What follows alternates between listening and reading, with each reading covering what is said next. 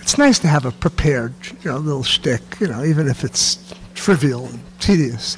And in tonight's reading, I will introduce Binnie Kirshenbaum, and then Anna Moore will introduce Phil Lopate.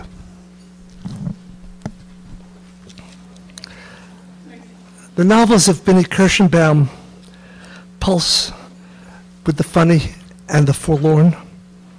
They probe and they riff on all manner of things, from religious fanaticism to the lingering effects of the European Holocaust, from postmodern manners and morals to the attractions of pastoral.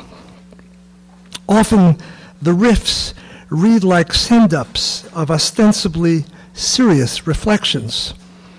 Is pastoral, as we understand it, conventionally a mild and nostalgic take on the golden peace and simplicity of a lost world? Here's a version of Pastoral by Binnie Kirshenbaum.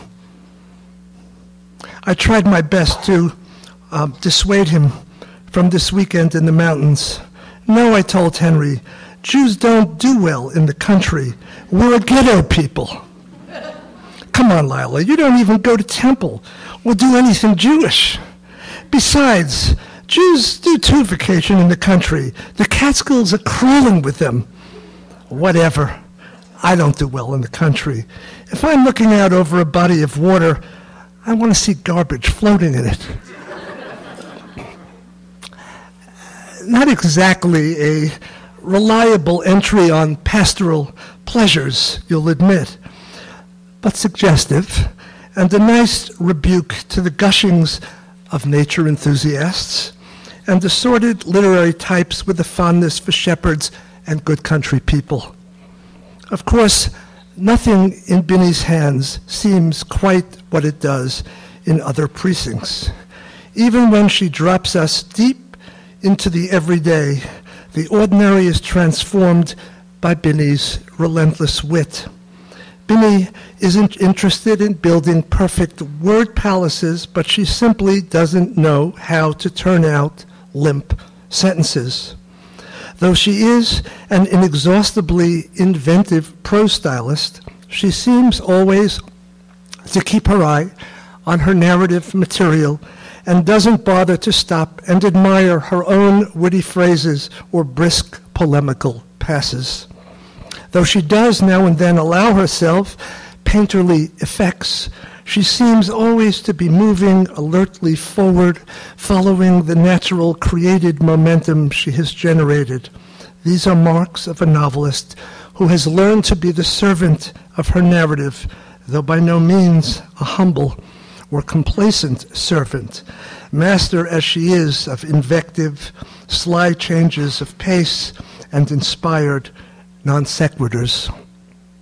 Need I say that Binnie is a wonderful, quotable writer, that in reading her you want to stop and commit to memory not only single lines or phrases, but whole resonant paragraphs.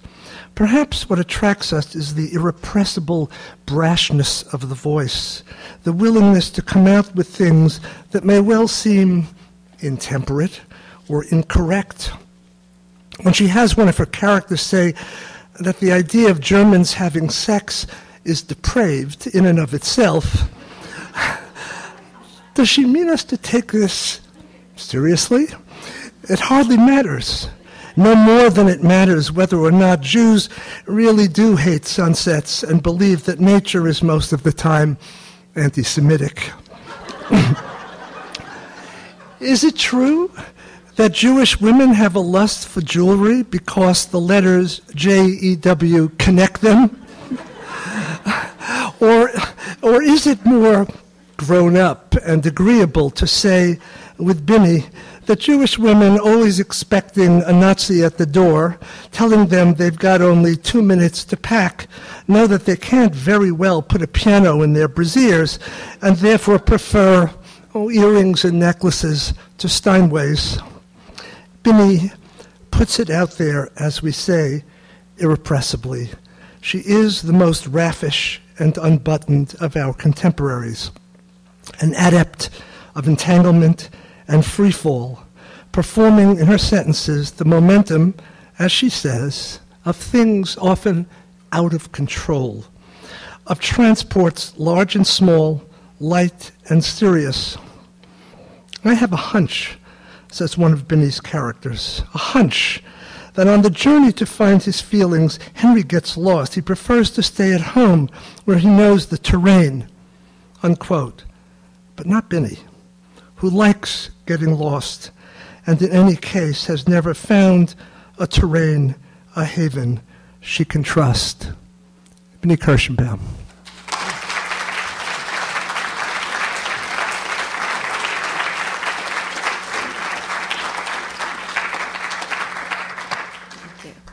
The problem with Baum's introductions is I know I can never live up to them, so I'm standing here. Letting everybody down. I am reading a work that is in progress, very, very much in progress. It's all I've got, and I don't quite know what it is yet either. So what I do have is a couple of short, discrete pieces. They don't quite work entirely unto themselves because I do mean at some point for them to come together to be something larger, though I don't know what yet. They each have titles, and but I think they don't need any explanation. Or maybe after they will, but not now. The first one is called What's in a Name? 1, for the record. All I can do is put it out there up front for the record, believe it or don't.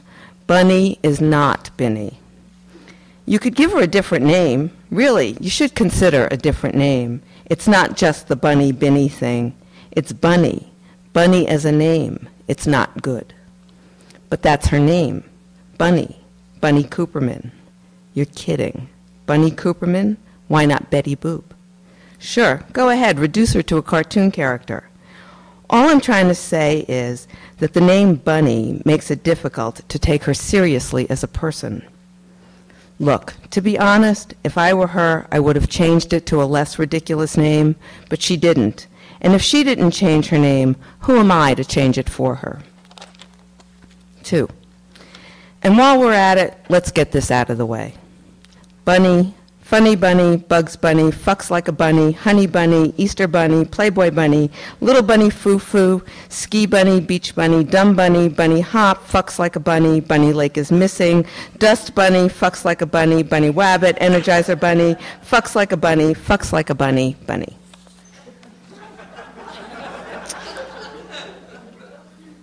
Which Lucy Bruckboyder told me was the closest thing to a poem I've ever written.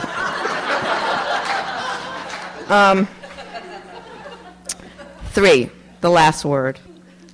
When asked why she didn't change her name, not even when she got married, and her husband's name would have been a slight improvement overall, Bunny Cooperman said, a new name would have been an awkward fit, which, as far as I'm concerned, is the last word on the subject. I will, however, take the opportunity to reiterate, Bunny and Binnie are not the same person. Oh, one more thing. As to the veracity of what will follow, some of this happened, but don't let that fool you. Okay. This piece is called Still Life with Cat and Dog. The dog is late, and Bunny is wearing pajamas made from the same material as handy wipes, which is reason enough for her to wish she were dead. She is expecting this dog to be a beagle dressed in an orange vest, like the day-glow orange vests worn by school crossing guards and suitcase-sniffing beagles at the airport. Expecting the do-gooder dog to be the same breed wearing the identical outfit worn by narco dogs no doubt reveals the limitations of the imagination. Bunny's or mine, I couldn't say. Posted on the opposite wall from the bench where Bunny sits is the schedule of activities board. The activities are written in black marker across a 7-day grid. 7 days, just in case you want to plan ahead for the week. To the left of the board is the clock. There's not much else for Bunny to look at other than the blue socks on her feet. Slipper socks. Slipper socks with rubber chevrons on the soles. Chevrons are V-shaped but upside down. The slipper socks also come in pale brown. Shoes with laces are not allowed. No high heels either, which is why Bunny is wearing the slipper socks. Other things not allowed include pens, nail clippers, cell phones, vitamins, cigarettes, and mascara. 6 days ago, after everything else, but before she could go to her room, Bunny was escorted to the dining area where all the tables were square-shaped with formica tops and 4 chairs. At the near corner were her husband and her suitcase. Bunny shifted in her seat to get closer to Albie. A black woman wearing royal blue hospital scrubs lifted Bunny's suitcase from the floor to the center of the table and took the seat opposite Bunny. Maybe she was a security guard. Right there at the table, she unpacked Bunny's suitcase as fast as if she were sorting fruit. Item by item, she sorted Bunny's things into 2 piles, what Bunny could keep and what was not allowed. Cardigan sweater on the left, bathrobe and hoodie sweatshirt went to the right, along with the yoga-style pants, all recently purchased because Bunny was instructed to bring comfortable clothes. "I'm sorry," Bunny said. "I'm so sorry." "You have nothing to be sorry about," Albie told her. Her wrap dress went into the pile with the yoga pants, and for the same reason. What tied around the waist could tie around the neck. Jewelry was not allowed. Bunny took off her wedding band and gave it to Albie to take home. Panties, bras, and socks were keepers, but tights were not, and Bunny could not have her spiral-bound notebooks either. Again, Bunny said, "I'm sorry, I'm so sorry." "Sorry about what?" Albie asked. "Everything. I am sorry about everything. No to nail polish and all cosmetics except lipstick." The woman whose job this was to take away Bunny's clothing, her pens, her eyeshadow, never once looked up, never once looked at her face, never once looked in her eyes, but she did take away Bunny's shoes. To pass the time while waiting for the dog, Bunny watches the clock. The seconds tick by as if with a stutter. 51, 52. At 53, one of the nurses, the tall one, tall and angular, all knees and elbows, Ella, that is her name, comes over to where Bunny is waiting. To sit on the bench, Ella has to fold herself as if her legs and arms were laundry. In contrast to the rest of her, Ella's head is as round as a globe. She puts Bunny in mind of a stick figure from that self-same crayon-on-paper picture that most all children draw. The one with the 3 stick figures, a tree, and a house styled from a square wearing a triangle as if it were a hat. From the upper right-hand corner, the giant yellow sun warms this world. It's a developmental thing, I guess, that most children draw the same crap picture. All children except the fucked up ones. With them, you get a different picture. The talented children, too, they'll often draw something impressive, even at a young age. Bunny knows this to be true. Her sister, the older one, was a prodigy in art and music, or maybe just an idiot savant. The youngest of the 3 girls was born allergic to milk.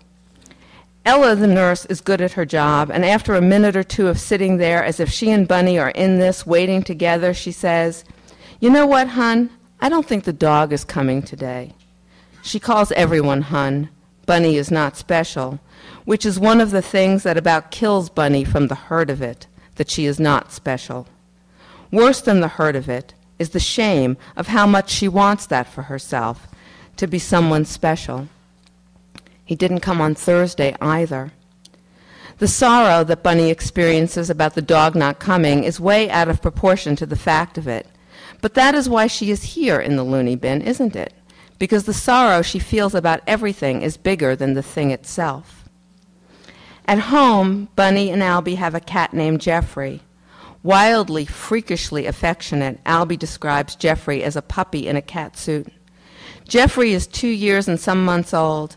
Together, Bunny and Albie brought him home, a bite-sized kitten, and all that day he trailed after Bunny the way a duckling follows after the mother duck, or come to think of it, the way a puppy would have trotted at her heels.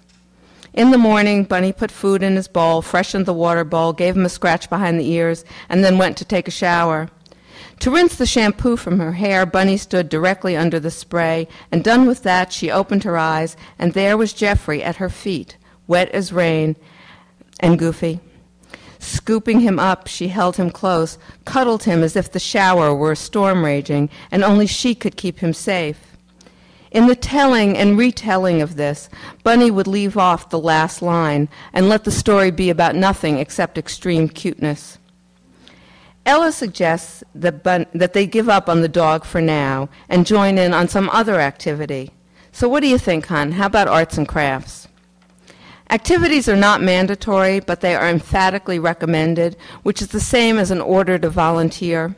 At their first meeting in an office like you'd expect to find at the Department of Motor Vehicles, Dr. Jordan gave Bunny a printout of the activities board for that week.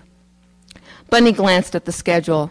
Activities were hobbies: gardening, painting with watercolors, origami, and worse, yoga, board games, group sing-along. Activities are key to recovery, Dr. Jordan said. She emphasized the importance of social engagement with the other lunatics. Positive social interaction is an indication of mental health, a sign that you are getting better. Bunny was never one for hobbies, even at her healthy best. I'm not a group person, she tried to explain. It's not just now. I like to read. I like to be alone. Please, she added. That, the please, subverted a statement of fact into a request, a favor, like she was begging. Healthy people socialize. Dr. Jordan wasn't the type to welcome suggestions. Always she had the last word, prissy twat. That other time, the first time when the dog didn't show up, Bunny went to arts and crafts, where so it seemed a troubled mind was a simple mind, and to be depressed was the same as being a congenital idiot. In arts and crafts, Bunny glued mosaic tiles to a square of wood. She made that exact same whatever the fuck it was when she was in the 3rd grade. Even then, in the 3rd grade, Bunny knew this was something that only a demented person would want. And sure enough, the loon sitting next to her at the arts and crafts table asked if he could have it. That night, after dinner, when Albie was there to visit, Bunny told him, "I made something for you in arts and crafts, but one of the crazy people stole it." Ella concentrates on the activities board as if maybe there is an activity she overlooked, but she knows she overlooked nothing. She knows what the other choices are: creative writing or jigsaw puzzles. Bunny is not that depressed, so low as to go with jigsaw puzzles. And creative writing, there's a joke. This piece is called Point of View. The second person is a middle child, and so is Bunny. You, the second person, the middle child, eclipsed between the indulged first and the admired third, whereas you, no one much likes you. You tend to be annoying, not to mention pathetic and desperate. The way you demand to be the center of attention gets on people's nerves and fast. There is something clinging, cloying about you, like little orphan Annie singing "Tomorrow, Tomorrow," until someone shouts, "Would you shut the fuck up?" But not everyone associates you with a sticky lollipop. In fact, more often you are thought to be a slick trickster, the thin coat of gloss there to give the impression that, wow, the waters in that kiddie pool sure run deep. You are an imposter, a storified parvenu. You can be pretentious, which is always obnoxious, plus you have a predisposition to that tendency of tone, the one Bunny refers to as breathy poet's voice. Frankly speaking, a lot of the time, you are an asshole. No offense. It is reasonable to ask, then, why anyone would bother with you at all when it's a sure bet that you will fail. The popular excuse for you is intimacy. You do have a knack for seduction, and although the occurrences are statistically negligible, you are capable of significant intimacy. In that way, you have been best friends forever, sitting at a table, drinking a 4th cup of coffee, smoking far too many cigarettes, a saucer for an ashtray. Or in those brief moments when love passes over like a summer breeze, or like a life passing over, you can listen, really listen, to boring stories of the pivotal moments of a not very interesting childhood. Intimacy like that has been known to happen with you, but mostly what seems to be genuinely loving and an easy way between you and another person is ultimately too easy, bunny fuck easy, and cheap. You are a one-night stand. Come hither at arm's length. You are intimacy unrequited. No one really knows who you are. You could be anyone, which is the same as being everyone, and to be intimate with everyone is to be intimate with no one, and pretty much that sums up the middle child and you. And this last one is December 31st could be a beginning. All too often, paper hats were involved. Other things about New Year's Eve that embarrassed Bunny were sentimentality and mandatory fun. The overplayed enthusiasm for the passing of time baffled her, the jumping for joy to be that much closer to old or dead, as if old or dead were something to be won, like a three-legged race or American Idol. She didn't know what to do with any of that.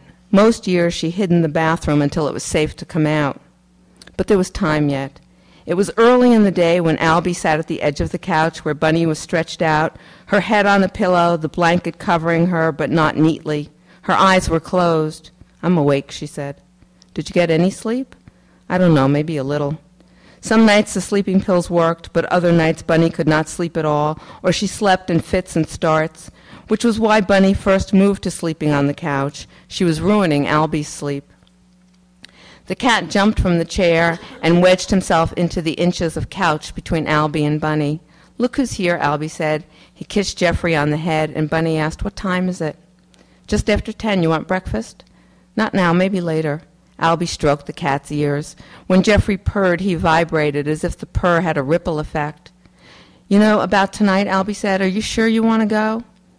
What Bunny would have liked to say was, "Honestly, I'd prefer to spend the night here drinking ketchup from the bottle." But already she knew that the pleasure of hyperbole, the small joy of a joke, the tickle from sarcasm was to risk being taken at her word. Instead, she said, "I want to go." "Because there's plenty of time if you want to change your mind. It's fine with me. It's open." "Maybe I will have coffee," Bunny said. "Either way, it's no big deal to cancel." "I want to go," she lied again. Albie got up from the couch. "You want Colombian?" he asked, "or the French mocha java?" Jeffrey looked at Bunny as if he were baffled. "I don't care," she said. And when Albie walked off to the kitchen, she said it again, "I don't care." And then softer, "I don't care, I don't care, I don't care." Softer still and faster, "I don't care, I don't care, I don't care, I don't care," until the words took on a momentum of their own, like a monk's prayer, or like the Om of some pretend Buddhist Yahoo. Bunny lacked the decency of tolerance when it came to converts to Buddhism, because one of her sisters was a pretend Buddhist Yahoo, big-time Yahoo. Albie brought Bunny her coffee in the souvenir mug from St. Thomas. Neither Bunny nor Albie had ever been to St. Thomas because everything about sand got on Bunny's nerves, and Albie preferred to go nowhere if to go meant to stay overnight. Careful, he rested the mug on the coffee table. "It's hot." Sitting up, but not all the way, her legs outstretched with her back against the armrest, Bunny asked, "What's that animal, the one that curls itself into a ball?" And as if that were his cue, Jeffrey went and did that cat thing, walking in a circle, ritualistic almost, like a druid wedding ceremony.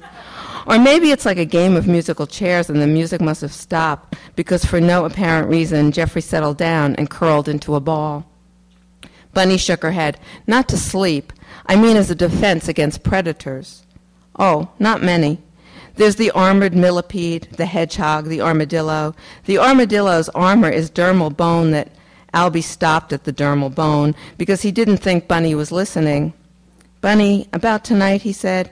"If you're not in the mood, we'll cancel, okay?" "No," Bunny said, "not an armadillo. Nothing with armor or quills. Why can't I remember?" Reaching for words, for images that had gone dreamlike, as ephemeral as a shooting star, Bunny could not grab hold of whatever it was long enough to get so much as a hint before it faded to black. Memory loss, not significant memory loss, but enough to notice, is a symptom of depression, and that's all it was, depression. Ho-hum depression is of no interest to anyone. Plus, a mental illness isn't the same as being sick.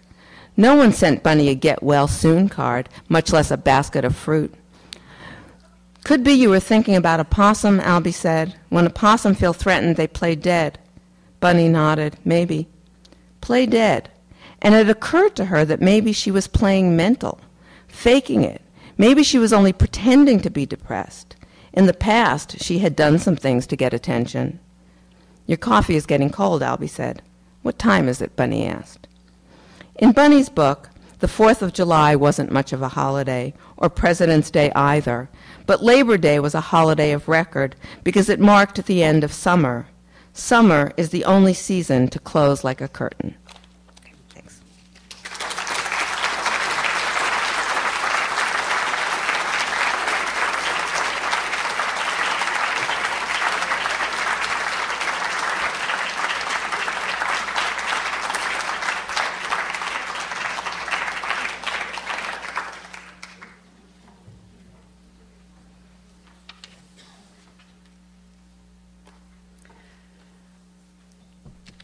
Phillip Lopate, an essay.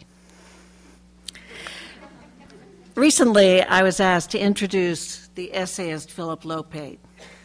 The inviter, Robert Boyers of the New York State Summer Writers Institute, knew I claimed to have known Lopate since our days as neophyte poets in New York City in the 1970s, and likely wanted to tease out the substance of a friendship between a WASP, Episcopalian-born poet, and a Williamsburg-raised, Brooklyn Jewish essayist, poet, novelist. What might she say, he must have wondered, of this writer described as, quote, having, quote, curmudgeonly charm, unquote.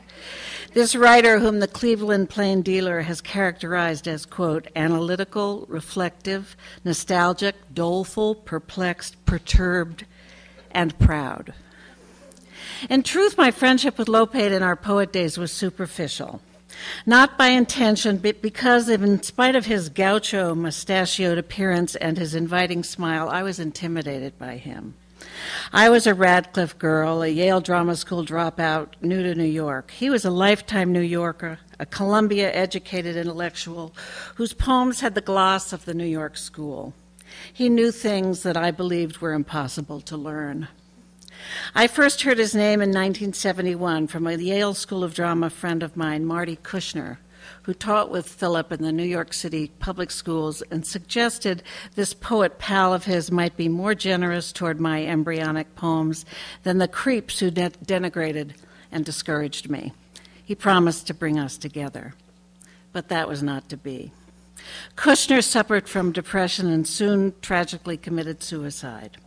So my first encounter with Lopate had to wait until I began to read at Calliope, a weekly poetry salon at the Village Artists' Residence, Westbeth, hosted by one Ree Dragonette in her apartment, which had a stage built at the far end. White-haired and black-eyebrowed, she was a wiry woman of about 70 who, dressed in a multicolored caftan, would read her own poems in a manner that recalled a grande dame in a Marx Brothers movie, and then, with dramatic gesture, introduce the likes of Phillip, myself, and a fledgling Sharon Olds. I don't exactly remember first meeting Phillip. At Ree Dragonette's wine and cheese aftermaths, even small talk was almost impossible for me, afflicted as I was with constant feelings of inadequacy and alienation. In an essay called The Poetry Years, Phillip describes those years when both of us were new in American poetry, a time before graduate schools in writing and the professionalizing mechanics of what some of us already called the po-biz. The 1960s, he wrote, allowed for a wide-open, pluralistic, some would say amateurish, poetics, the ascendance of the oral from the beat's first best word through the black activist rappers such as Gil Scott-Heron and the Last Poets, the cultural enthronement of rock troubadours, the proliferation of open readings and Memeo magazines, the promotion of children's poetry and ethnopoetics, all contributed to the idea that anyone could write poetry or had the right to call himself a poet. One didn't need a graduate credential. It may have been an invitation to charlatanism and self-delusion, but it also made for no-holds-barred, anything-goes freedom, and I suppose I sneaked in under that umbrella. After Dragonette, I did not see Philip for years. At the time, I thought it was because during a period he describes himself as sleeping, quote, with beautiful women whenever possible, unquote. He dated a then close friend of mine with whom he was mugged on the Upper West Side, a woman so self-centered that instead of ministering to him, she pursued the robber to recover her lost purse, leaving Philip on the pavement bleeding from a stab wound. But in fact, we didn't see each other because times had changed and we had gotten older, the umbrella closed and stored away. Both of us left New York for a while, me to Connecticut to write my first nonfiction, he to teach in Houston where he evolved into the essayist and polymath we now know him to be. Perhaps the moment has come to admit my abject failure at imitating the bemused, utterly engaging style of Phillip Lopate, and tell you something of what it was like to spend a quiet July 4th reading my way through a Lopate essay omnibus called Getting Personal, and his soon-to-be-published new collection, Essay Love. I began with Hanging Out, from the former, an excerpt from Being with Children, his account of teaching children in the New York City public schools when I first knew him. Reading it, I recalled a throwaway remark of his at a recent dinner. He wrote his book about Susan Sontag, he said, because he wanted to, quote, think on paper about her. The essayist John D'Agata makes a verb of this process, to essay. And Philip describes it as, quote, the erratic zigzag of essayistic thinking by means of which, that's in brackets, the essayist transects the past, slicing through it, first from one angle, then from another, until, though it can never be captured, some fugitive truth has been definitively cornered. In the case of Phillip Lopate, you get an utterly delicious account of being with public school children, which delivers not only a pedagogy of teaching them writing, but portraits of the children and fellow teachers in a style that enacts a compassionate posture the narrator's contrarian nature seems to resist. I bend down by the desk of one child who is having trouble to explain the assignment and to help him. I feel relieved to be talking at eye level, one-to-one. Dolores, a provocative, cute-looking girl, keeps interrupting me to show me her composition. Don't let anybody else see it, and covering it with elaborate gestures when anyone passes by. She has written a story about turning into a pig. I know she is testing me because of the line, I leave shit all over the house. She asks me to read it aloud to the class, and I say, no, it's hers, and she should read it aloud. If it embarrasses her, she should change it. Blissed out by Lopate charm, I turned to a 1989 piece called Resistance to the Holocaust. An essay is like Portrait of My Body, in which he describes, among other appurtenances, his penis, or Detachment and Passion, in which an account of the devolution of a marriage is tempered with surprising tenderness. Lopate's strategy is a radical candor that amuses and shocks while pretending to be merely honest. In Resistance to the Holocaust, that candor is driven by the critical chops Lopate gained in decades writing about film. The result is breathtaking, all the more bold because it was written at the time when Holocaust denial was first in the air. Where, quote, where would the contemporary European art film be without the Holocaust, he writes. As a plot device, it is second only to infidelity. But such provocations punctuate an argument of philosophical and moral rigor. The theological uses to which the Holocaust has been put by an assimilated American Jewish community are so diverse that the Holocaust has begun to replace the Bible as the new text that we must interpret. There is danger that the glamour of the Holocaust will eclipse traditional religious practice in the eyes of American Jewry, that in effect the Holocaust will swallow up Judaism. In the vacuum where God used to be, we are putting the Holocaust. Notice the linguistic play, how swallow up devours the stiffness of a phrase like traditional Jewish practice. It is Philip's gift to provide such a rich context of learning and reading for this and any argument he makes that one never doubts the seriousness of his engagement with the matters at hand. The risks he takes in essay after essay mark him not only as a companionable and delicious writer, but a necessary one. One feels after reading Phillip Lopate as those children back at PS 75 must have after he inspired them to write poems and produce their own films. More contrarian, more individual, more confident that our own ideas and attitudes deserve articulation. Like Lopate, the young poet, Lopate, the mature essayist, understands writing as an art of seduction as well as argument, that it must, to paraphrase, delight as well as instruct. You love essays, he insists in the introduction to Essay Love, and you are getting very sleepy. You love essays. The stray meanderings, the sparkle and crackle of the essayist's voice. Please welcome Phillip Lopate.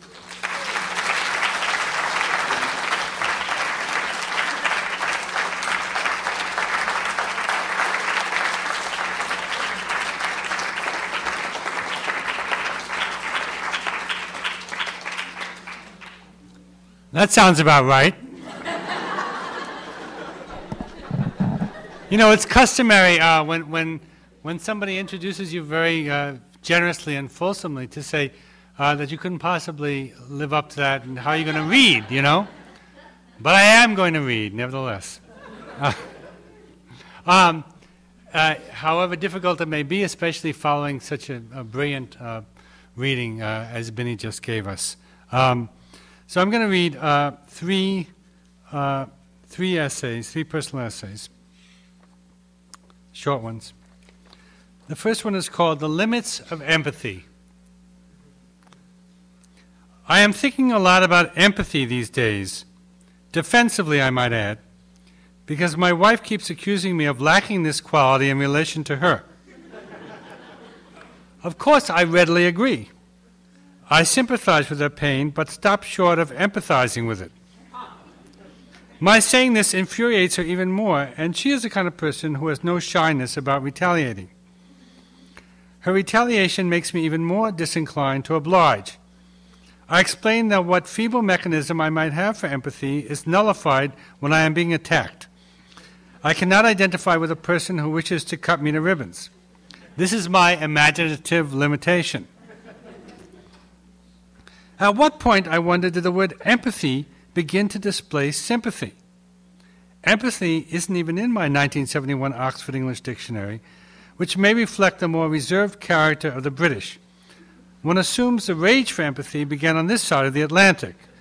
See Bill Clinton's famous assertion, "I feel your pain."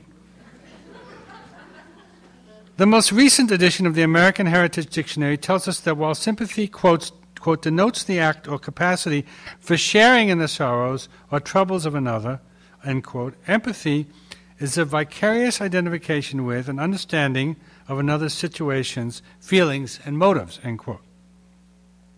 To me, sympathy suggests a humane concern for others' positions or plights, based partly on a general ethic of compassion for all living things. Empathy conveys, to my mind, a stickier, more ghoulish shadowing that stems from the delusion that one can actually take on oneself or fuse with another person's feelings. It is possible that my wife wants to recapture that sense of romantic communion we had at the beginning, and which is usually strongest during the infatuation phase, when lovers' hearts are said to beat as one. But I can't help suspecting she got this empathy bug after a few sessions with her therapist, Barry. Since then, as a result of our frequent bickering and my wife's conviction that her therapist is a marvelous human being, we have entered into couples counseling with Barry. To my surprise, he is a marvelous human being. Wise, reasonable, scrupulously even-handed, and empathic, perhaps to a fault. Sometimes when he commiserates about the pressures we are operating under, raising a 3-year-old with health problems while juggling our careers, I begin to wonder about this warm compassion, the depth of which, it seems to me, should be reserved for Romanian coal miners, not yuppies like us. In one session, we were recounting a disagreement we had had the night before, as it happened, about sex. We had been going through a dry spell, mostly because of my wife's preoccupations with our baby daughter and her mistrust of my capacity to empathize with her.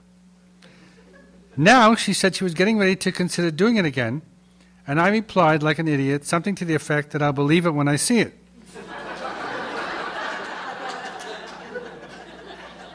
Barry offered me an alternative script, giving us the lines that, in his view, we might more profitably have spoken. I was to compliment her on making this overture to an advance, and if I still needed to express skepticism, she was to show that she understood my vulnerability because I'd been starved for sexual affection. Barry then asked what I thought would happen if she had replied that way. Feeling the old obligation to speak the truth in therapy, I took a deep breath and said that his suggestion had nothing to do with life as it is lived. That he was trying to indoctrinate us into the new totalitarian empathy speak. Are you really against empathy, he asked, somewhat incredulously. I am, yes. You see, said my wife, you see what I have to put up with? I went on to say that I was for sympathy, that old-fashioned term. The people I admire most, like two friends of mine, both in their 70s, operate out of a moral code older than empathy that acknowledges that the gap between two souls can never be entirely bridged. I thought of my old professor, Lionel Trilling, who questioned in class D.H. Lawrence's hunger for total honesty and a love relationship by saying, why should two people have no secrets from each other? On the other hand, there is much in the present culture that promotes an exaggerated or false sympathy, like the figure of the talk show hosts, the great listener, Oprah or Geraldo, whom I consider spurious. As you might imagine, this did not go over well. I saw that my attempts to explain myself were perceived as inappropriately academic, therefore cold, therefore removed from emotions and the business at hand. Interesting that therapy today has the anti-intellectual quality, this is no place to start thinking. When people start speaking of reason as a defense, I get nervous, considering where the irrational has gotten us in the last 100 years. And grateful as I am for Barry's willingness to help straighten out our problems, I can't help watching my tongue now in counseling sessions. I have a lingering suspicion that many couples therapists train you to say what you genuinely feel, but train you to say not what you genuinely feel, but what is less confrontational, all the while telling you that they want you to be in touch with your feelings. No, they want you to make nice. I suspect I will never be able to empathize with the panic and depression my wife sometimes feels for the simple reason that they both terrify me too much. I grew up far too close to such emotions in my parents, and it took all my strength to distance myself from their debilitating pull so as to form a workable, reasonably cheerful self. Where does that leave the marriage? My wife still hungers for a more empathetic soulmate, while I am equally convinced that I am realistically offering something else that is of value. Call it an understanding of limits based on the intractability of human nature and the intensely problematic, not to say tragic, dilemma of modern marriage. Given my empathy-challenged situation, I am faced with the choice of trying to fake an empathy orgasm, a distasteful proposition, or waiting out my wife's rage, hoping that in the end she will come to accept my defects as I hope and pray to accept hers. Forbearance, resignation, and stoicism still seem to me the only way to go. Someone, was it Buffon or Goethe, once said, "Genius is a long patience." I don't know about genius, but I would maintain that marriage is a long patience, at least when you're committed to making the marriage last.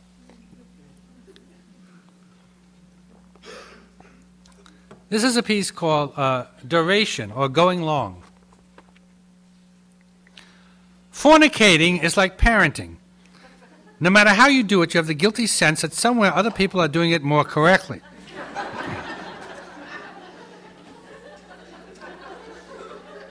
Myself, I wonder if I am lasting long enough. With all due attention to foreplay, penetration, and the bliss that follows, it is still usually over in half an hour, so that if my wife and I start going at it by 10:30, even with the reverential post-coital snuggle and love you exchange, one of us still has time to say, "You want to watch the news?" Of course, a marriage going on 15 years with a little one sleeping down the hall may hardly be optimal conditions for sustaining the heights of lust. Still, I can't help wondering if making love a half hour is pleasurable, wouldn't making love 2 hours be 4 times as pleasurable? And then there is the all-night-long boast that Casanova and so many rhythm and blues singers have claimed. I have never done it all night long. With the best intentions, even in my youth, when I was more inclined to show off by going at it more than once, afterwards I would feel woozily satiated, preferring to drift off or talk rather than keep banging away. When I watch pornography, I'm amazed at the variety and duration of these partners as they rotate front to back, top to bottom, with one orgasm after another. I take my hat off to their appetites as much as their stamina. Even knowing that filmmaking is a fragmented process with time off for camera repositioning, I can't help believing on some level that pornography constitutes the norm for Homo sapiens of another sturdier disposition. As for me, if I am stroking intently for 15 minutes, there comes a point when I begin to think, okay, I got the message, I've had my fun, it's time to bring this thing to a conclusion. What is wrong with me? Henry Miller wrote in one of his novels that he kept a bowl of ice by his bedside so that he could withdraw when he felt close to ejaculation and plunge his balls into ice to prolong the act. That strikes me as so industrious. O.J. Simpson was widely reported to have contracted a hugely expensive coke habit, mainly in order to fuck longer.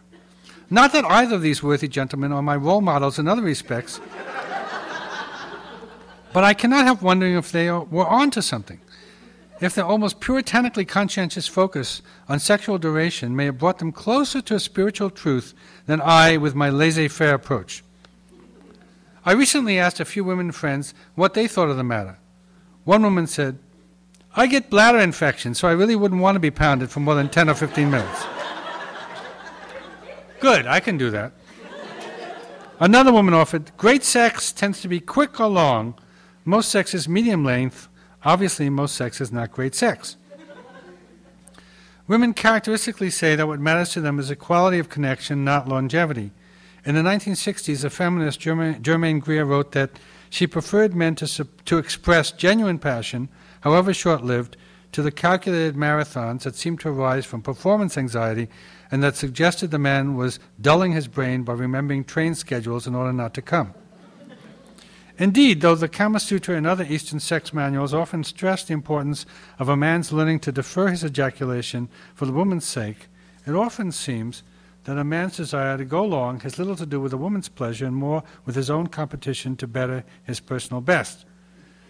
In my own experience, sometimes when I've tried to be my partner's selfless servant in foreplay, she might say impatiently, I want you inside me, just as when I try to prolong the actual stroking so that she can reach orgasm first, she is apt to whisper in my ear, I want you to come.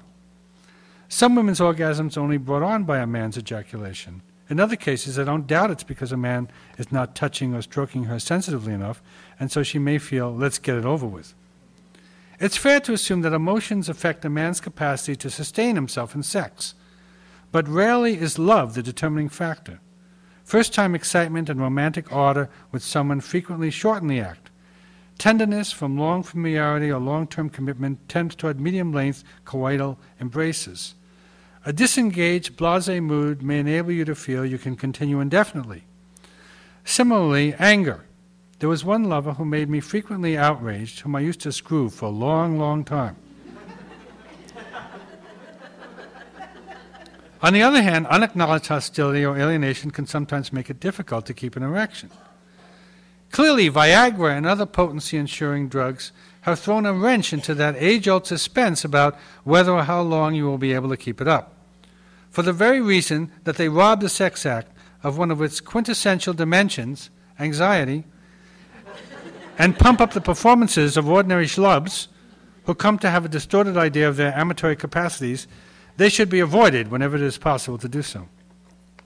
I remember one woman I dated who stretched me to the limits in bed. She was a petite, pretty, rather reserved graduate student in architecture named Nina. I was teaching at the time in Houston. Nina was not my student or even in my field, But an advantage of a city like Houston is that even minor writers such as I assume an aura of celebrity. Nina let it be known through mutual friends that she had this crush on me. I took her on a date and thought her winsome and very appealing in her cashmere sweater, though conversation did not exactly flow. She seemed too frightened around me to do anything more than ask an endless series of questions. It was like being interviewed on the radio. There was no question but that we would go back to her house that first night. In bed, she lost her shyness and became the one in charge, the maître en scène. Everything had to be done in a certain manner. She first asked me to help her put her diaphragm into her. I was fascinated that she had such definite ideas about sexual procedure, most of which I've forgotten, except that I recalled that in the middle of our doing it, she had me pull out so that we could repair to the living room. There she brought me a dish of raspberry sherbet and sat on my lap. She had a wonderfully curvaceous body, and in my lap the difference between our heights was minimized. After what seemed to her the proper amount of eating, fondling, and kissing, she let me back into her bedroom and we went at it again. Each time I showed signs of starting to come, however, she would ask me to pull out to defer ejaculation. I tried to assure her that even if I came, I would be able to get hard again, but she seemed not to trust that, or else somehow felt only my first ejaculation counted, and she was determined to put that off as long as possible.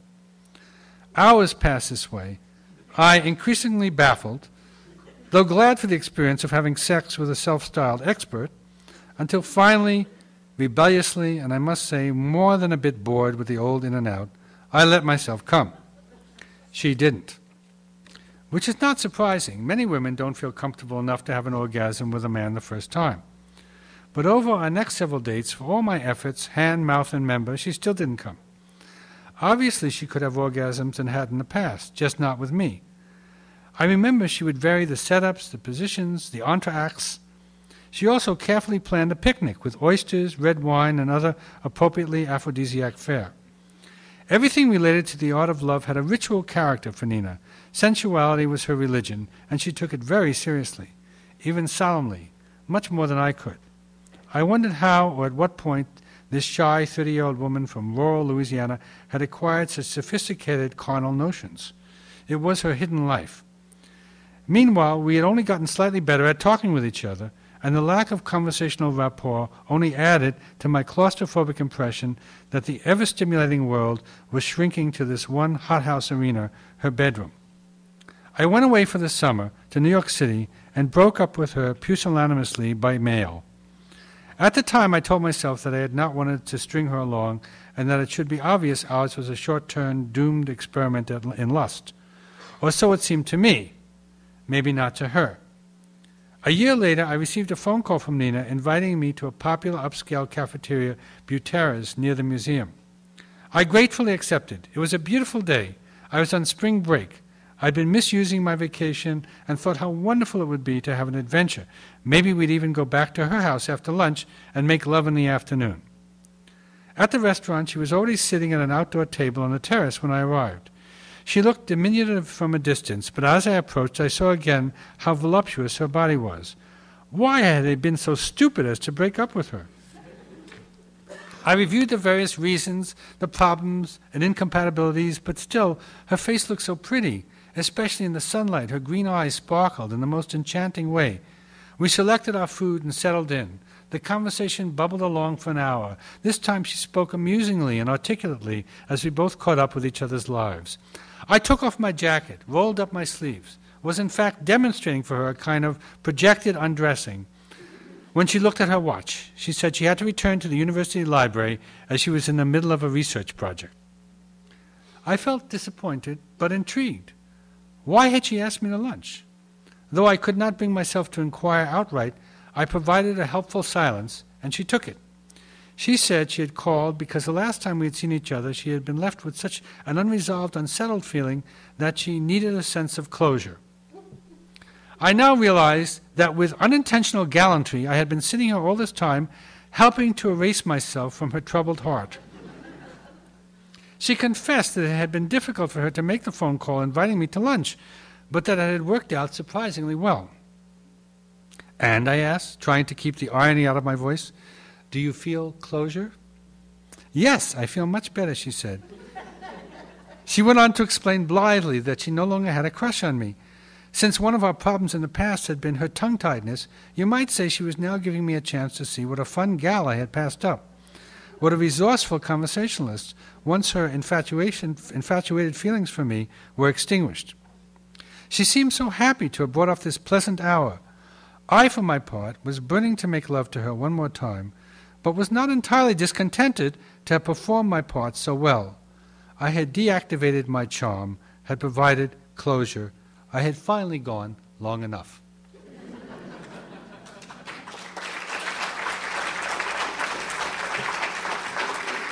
And this last piece is called My Brother, the Radio Host.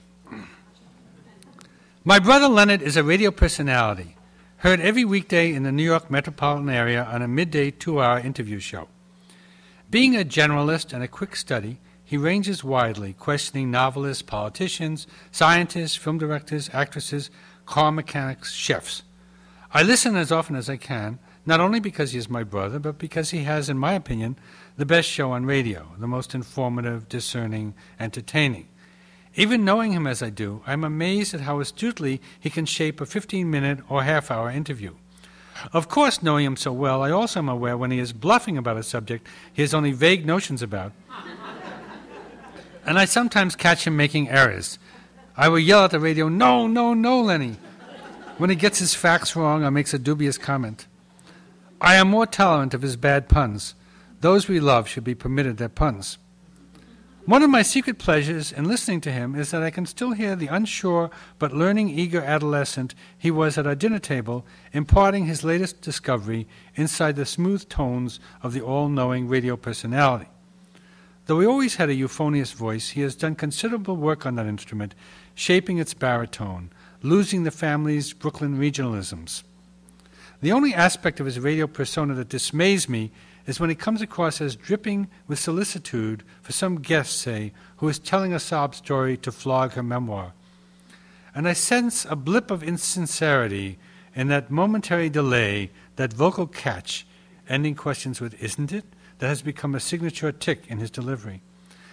Perhaps because I'm so conscious of how sardonically unsentimental or unforgiving he can be off the air, it is clear to me what a constructed artifact is his radio persona of the patient, empathic listener. But that's part of what makes him such a good professional.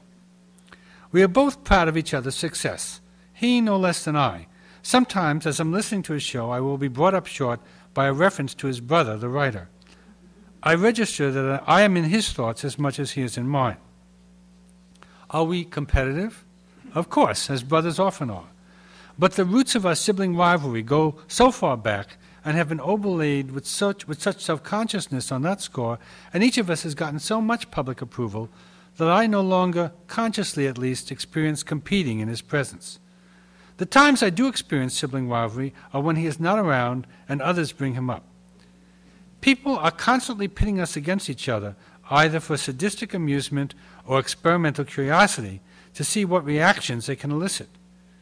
Do you and your brother get along, they will ask, often with the juicy hope of hearing that we don't? But we do. Lenny is far more well-known in the city than I. A radio personality cannot help but have more fans than an essayist. And the bond a radio talk show host has with his regular listeners is psychologically complex, not seeing the person, but only hearing that mellifluous, seductively sympathetic voice each day invites them to fantasize about and idealize the host. They even think Lenny has read all the books written by his several daily interview subjects, when in fact his staff of necessity prepares questions for him. Though I understand this hero-worshipping dynamic, I still don't like it when I am giving a reading at a bookstore and someone's first question is about my brother. That seems tactless at a moment when I am trying to project an outsized authorial persona. I forgive his radio fans their need to connect with celebrity through me. I have a harder time forgiving my fellow authors who should know better, but only want to talk to me about the last time they were on my brother's show or saw him at a party. I have the urge to say to them, look, I've written a dozen books, why not spare a few words for my work? But typically they are more interested in my brother's ability to publicize their writing. They come to regard him as a flattering megaphone extension of their egos. He, on his end, carefully nurtures relationships with big-name authors, appearing with them in public. Alongside his radio show, he emcees panels and interviews public figures around town for extra income, or at social functions. An awkward moment occurs, too, when I am introduced to someone who says, "Oh, I love what you do on the radio." I should take the approach John Ford did when complimented on Red River. He would thank them politely and never make the correction that that particular Western was directed by Howard Hawks. My brother tells me many people compliment him on the books he has ostensibly written. We laugh at this notion that one could be expected to hold down a demanding daily radio show while turning out books. It's as if the public could not be bothered to understand that there were two Lopates, so they keep conflating us. I also laugh at him sometimes because his renown has given him a touchy sense of self-importance. He does not like to have to wait in line or produce IDs. If we go to a party together and people do not seem to recognize or acknowledge him sufficiently, he will sulk. His way of sulking is to stare high into the middle distance with a frown. He has an elephant's memory and resents for years those celebrities who bypass the chance to be on his show or canceled at the last minute. He tends to see the world through the prism of his radio program. He gets many perks, free meals, complimentary tickets to Broadway. If he is not invited to a screening of a film or sent a DVD by its publicist, he will probably not pay to see it. This is understandable since he already has so much of the cultural scene to cover. A trickier side to having a radio personality in the family is that he is not always able to come down from his public persona. I become instantly wary of him when I sense that he is not talking to me so much as to his listeners. Or if I catch him making pronouncements explaining something he should know I know. Then again, I should talk. After teaching a seminar or giving several readings on tour, I don't always succeed in descending from Mount Olympus and attending to my wife and daughter on their terms. With Lenny, I often find myself on guard, cocking my ear for a more private, fraternal tone that should be my due. And if it is not immediately forthcoming, I take umbrage. Even before Lenny became renowned, he had a tendency to triangulate conversation on the phone. I sometimes sense that he is saying something to me for the benefit of his mate, who is within earshot. It can be a compliment about her or a gesture meant to keep peace between them. Perfectly understandable, but I resent being used as a foil. In short, I am jealous of our unique connection and do not like to see it diluted. I would rather get together with him for a tete-a-tete than share him with his significant other and friends, who are often his fans. Those times when we do see each other alone, either going to a play or a preview screening to which he has generously invited me, we are apt to converse with the old rapport. There is something very satisfying and sweet about these occasions. I can only surmise they do not happen more often because we both pull back from an idyllic intimacy which would almost be too threatening to sustain or painful to see diminished through frequency. I should point out that for all my antenna-alert mistrust of my brother's outer-directed personality, it is Lenny who shares openly with me his emotional problems or confusions. I tend to be more reserved in these matters, being the younger and historically the more intimidated. And I guess I prefer the power of the listener-therapist role, whereas Lenny is much more given to self-dramatization, even if it means being seen as the one in crisis. We are, I suppose, quite a lot alike. When we were growing up, we indulged in the Corsican brothers' fantasy that whatever happened to one, the other would also feel at the same moment, however much geographical distance separated us. These days, if we don't see each other for a while and then reunite and compare notes on movies, books, music, or current events, we find we've almost always come to the same conclusions. In our adolescence, Lenny was my mentor, introducing me to Billie Holiday, Bruegel, and the Dadaists, so it is hardly surprising that, my mind having been formed to some extent by his, we continue to have similar tastes. This very overlap is both a source of comfort and chagrin. I sometimes get impatient with the consensus we so quickly arrive at, yearning for more stimulating disagreement. The narcissism of small differences. He is 3 years older, yet more ardent, youthful, risk-taking. At 70, he still chases happiness. I always act like the older, graver, more prudent one, giving advice. For instance, when he was in between long relationships, I counseled him to try being alone for a while, or at least not to get involved with too many women at the same time. He likes fine wines and gourmet food, is something of an Epicurean. I, who fancy myself more of a Stoic, can appreciate a well-cooked meal, but will not go miles out of my way for one. He is bolder, even to the point of reckless. When we were kids, I would watch how he got into fights or into trouble with teachers, and I'd decide to take a safer path. He still acts, I still watch. Bicycling around Europe in his mid-60s, he had an accident and fell off his bike and was taken to a hospital where he received several stitches. When he phoned from abroad asking me to pick him up at the airport and drive him home, I waited for him at the receiving entrance, and he had a dazed look, a bandage on his head, looking around and not recognizing me at first. It was disturbing to see my older brother so vulnerable, so mortal, yet it gave me pleasure to run that errand, entrusted as a younger sibling with his care. When we were teenagers, people would cruelly tell him that I was the better looking. Now, in our middle-aged years, he is the more handsome. He has retained a full head of hair, while I have lost mine, following our father's tendency to baldness. He wears a full beard and has a commanding stare, no longer hidden by spectacles thanks to laser surgery. His neck somewhat stiffly held in conscious dignity. One of the ways we differ most is that my brother identifies with our mother and I with our father. Both our parents have died, but they continue to rule our psyches and orient our moral compasses. Our mother was a flamboyant, lusty, histrionic personality for whom the term larger-than-life could apply. She had wanted to sing and act, was thwarted for many years by having to work and raise a family, but in the last decades of her life she did perform on stage, acted in TV commercials, sang in supper clubs. Our father was a withdrawn, self-taught intellectual who wanted to be a writer. He lived what Matthew Arnold called the buried life, toiling as a factory worker and textile clerk. He was the taciturn scapegoat of our family. My mother divorced him in old age and placed him in a nursing home. While they lived together, they made an odd couple, Eros and Thanatos. I felt sorry for my father. Our fates became permanently entwined when I assumed his literary ambition, not entirely to his pleasure, since it meant both honoring and replacing him. My brother, on the other hand, never got along with my father and retains very little fondness for him. Lenny drew his strength from the example of my mother, who threw herself with bravado into the fray as an entertainer.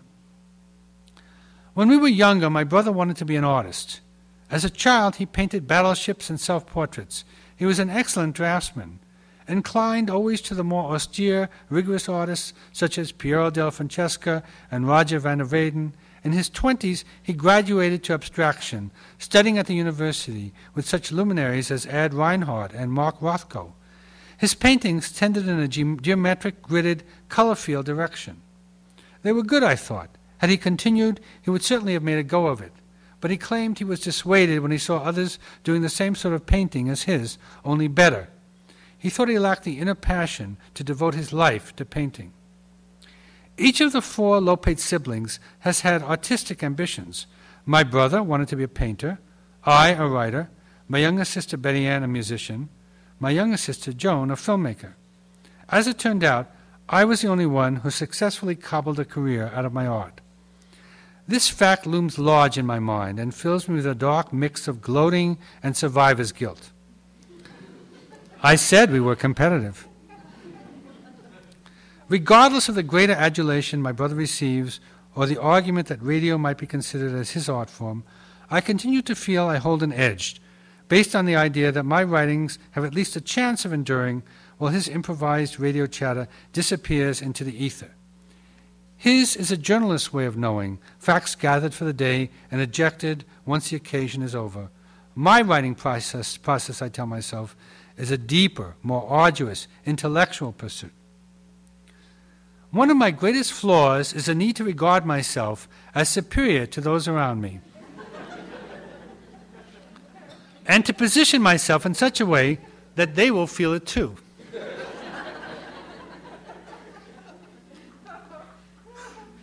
Knowing full well that there are many different kinds of intelligence and that besides we are all ultimately dust and atoms under the aspect of eternity, I persist in wanting to view myself as the most intelligent person in social situations. That exaggerated self-regard undoubtedly colors my relationship with my brother in unhelpful ways. I insist on holding the wisdom and maturity cards and on considering myself the more reflective. But he overlooks it, perhaps because he is finally the more ample-spirited of the two. Together, we look forward to sharing all the pleasures of old age: nostalgia, illness, incontinence, senility, abandonment. We will not abandon each other, I hope, because the world is less lonely for me as long as my brother is in it. He has been, if not the most important relationship in my life, certainly one of the most defining. I have made it a point alternately to be like my older brother or not to. Either way, he has been my lodestar. I'll say more.